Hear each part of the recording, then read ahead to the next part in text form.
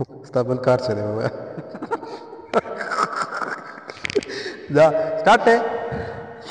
ټول ویریږي له ټوپکه خلک چپ دی، ټول ویریږي له ټوپکه خلک چپ دی، تا ګټلې د ملکه خلک چپ دی.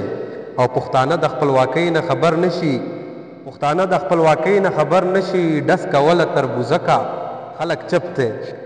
او چالاکي به د سبب د مرګي جوړ شي، چالاکي به د سبب د مرګي جوړ شي، مه غږېږه ډېر خلکه خلک چپ دی.